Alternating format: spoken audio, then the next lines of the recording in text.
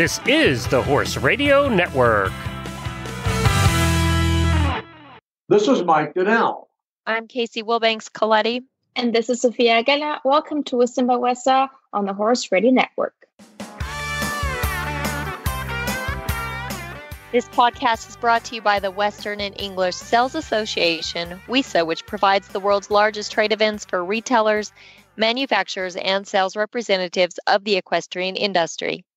In this podcast, we feature exclusive interviews with noteworthy Western and English personalities, retailers, and exhibitors who you've always wanted to talk to. Don't miss out on all the news for manufacturers and retailers in the equine industry. Sophia, the last Wisdom by WESA episode that we recorded was aired during the trade show. We haven't talked to you since that time. Why don't you fill us in on what happened there? Buyers and exhibitors were there. Give us all the information that people want to know. Yes, so we set up 385 exhibitors, and we also welcomed over 1,300 buyers, and those were from almost 600 stores. And about 30 of those buyers were actually international visitors, and yeah. And how's that compare to previous shows you had in Denver? So because of the pandemic, the numbers decreased. But what was interesting is that we sold 6,000 square feet more in Dallas than we had in Denver in the past show in 2020. And 25% of the buyers that we had this year were actually new to the WESA trade show. So that was, of course, exciting and promising. So what are the plans and the dates for the next shows? The next WESA trade show will be in August. Those dates are going to be August 26th through the 29th. And then after that, we'll celebrate 100 years of the WESA trade shows in January 2022. So both upcoming shows are really exciting, as it's our first trade show in August, and then we get to celebrate 100 years of education, trade, and fellowship of WESA. Okay. Now, we also have a pretty interesting guest today, and I want to get right to him. I'll give a brief introduction about Patrick Powers, because he assumes the role of WESA's president. As you mentioned, the association embarks on its 100th anniversary and on the heels of its first winter show in Dallas. He joins us today to chat about the past success and the future goals of this organization. Hey, Patrick, thanks for joining us on the Wisdom by WESA podcast. Not a problem. Looking forward to it. Well, we got a lot of interesting things to talk about. You are the incoming president of this organization. This organization happens to be celebrating its 100th anniversary, and we are on the heels of the very first show down in Dallas. So it gives us a lot to talk about. By the way, congratulations on becoming president of WESA. Give us your take first on how the show went down in Dallas, and then let's talk about a 100-year organization and how it's going to move forward. Well, considering that everything, that's been going on in our country with the coronavirus and all the problems that has caused, the market was spectacular. We had very good attendance. I personally had a great show. I had a fantastic January period. The show, did have a few customers who did not want to attend because of the coronavirus. Everybody else who was there was very pleased.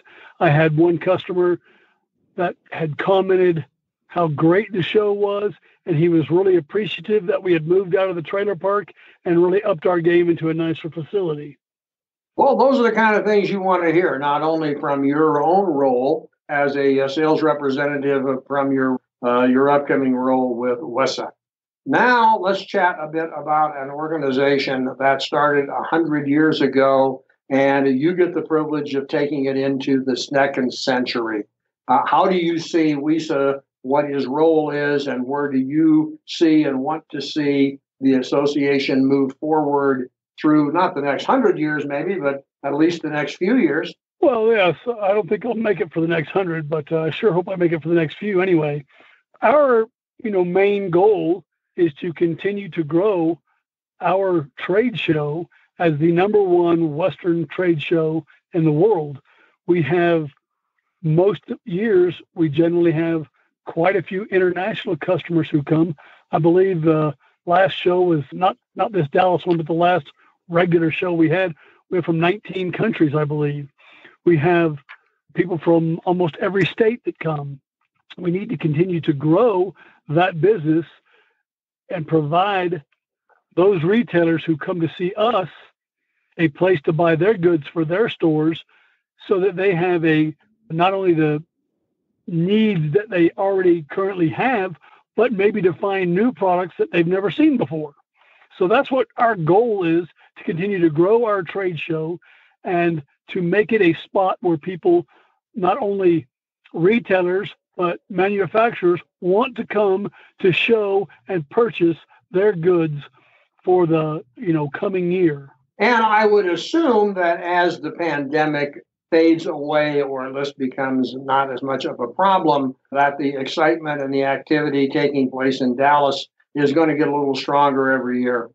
Absolutely. There will be less concern with this virus later. There will be a fair majority of the population who has desires, that has got vaccination. There will be others who maybe have already had it and are not concerned with it. People who don't want to wear a mask. That was one of the main things I had, problems with. Customers who said, I don't want to go because I don't want to wear a mask. I have issues with wearing a mask. I understand that. I personally don't like to wear one either. However, to make the show go on, I certainly did wear one. We will be more vigilant and continue to do all the things that we need to do to make it a safe environment for our sales reps that attend, our manufacturers that attend, as well as our retailers that attend. That's going to be our number one concern, is the safety of the entire show. Now, you mentioned a lot of positive comments from the retailers were there. What did you hear from other people in your part of the industry who were exhibiting there? Oh, I had many conversations with manufacturers when I went to do some visits. They were all very pleased with the facility. The escalators worked. The facility is much nicer and cleaner. The facility has better lighting, a better layout. Everyone liked that the temporary booths were all on one floor, much easier to navigate. All the permanent showrooms are on one floor. It was a very good show. And going forward, once people learn the layout, it will really get nothing but better. Well, I think that's great. And I mention it because I mentioned you are on the exhibitors and the brand side of the fence. Tell us a bit about who you're working with, the brands you're now representing, and you talk about that great January, because that's kind of interesting when a lot of businesses are still struggling because of the pandemic. Well, I work for Montana Silversmith, Hui Brands, a small boot company named Fenolio Boot Company that makes American-made products, and then another company, Western Fashions, which they now call themselves WFA. But with Montana Silver, such a large majority of our customers had a huge Christmas season, sold lots of product. Many of the jewelry cases you went back in after Christmas were empty. Hui Brands has an unbelievable growth that even in the pandemic year, we had a great growth pattern. We can't hardly get enough product in to keep our retailers satisfied. I'm booking out customers for all year long. And the Fenolio Boot Company, they're a small growing boot company. Like I said, they make boots 100% American made in the lovely state and city of Nocona, Texas. And Western Fashions, they do belts and wallets and all kinds of other things that they have the Twisted X brand of accessories. So they're a growing little company as well. I know there's always interest in recruiting more retail members, and I'm wondering if that will be one of your goals under your presidency, and also how you are introducing these new companies and new brands to realize that WESA is their friend. Certainly, we always want to get more retailers to come see us. We get more retailers, we get more manufacturers. We as a board have a goal to tell every store that each of us go to visit, because we're all sales reps. We're all out and about in the field. We all spread the word about the WESA show and how if a store is maybe looking for new goods looking for, to see an entire line of a product line that maybe a salesman can't carry with him because the line's too large. If you're looking for one place to go, your best option is the WESA show, whether it be January or our August show. Our August show is still a very good show. We anticipate that it will be much better than our fall shows that we had in Denver, just because that had gotten to be a stale show. Fresh new show in Dallas in August should have great participation. I spoke with many customers and manufacturers, and they said, I am going to come back in August, which is what we hope people will come to both shows, because there's, new products at every show.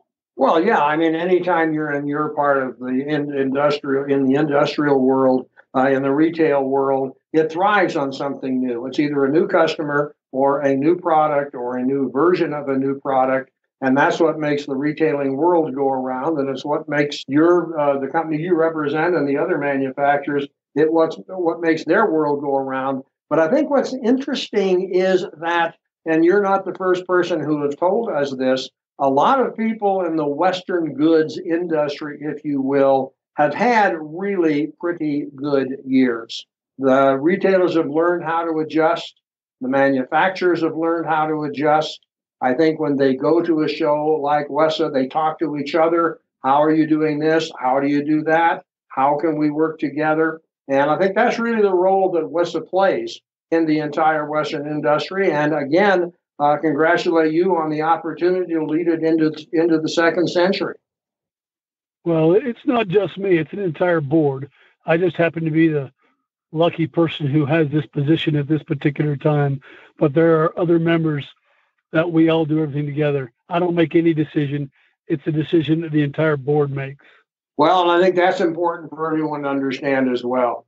Listen, Patrick, I do appreciate you taking the time to chat with us. As you mentioned, you were waiting in a parking lot, which means you're either going to get out of your car and go somewhere, or you're going to take the car and go somewhere, and we don't want to hold you back from that.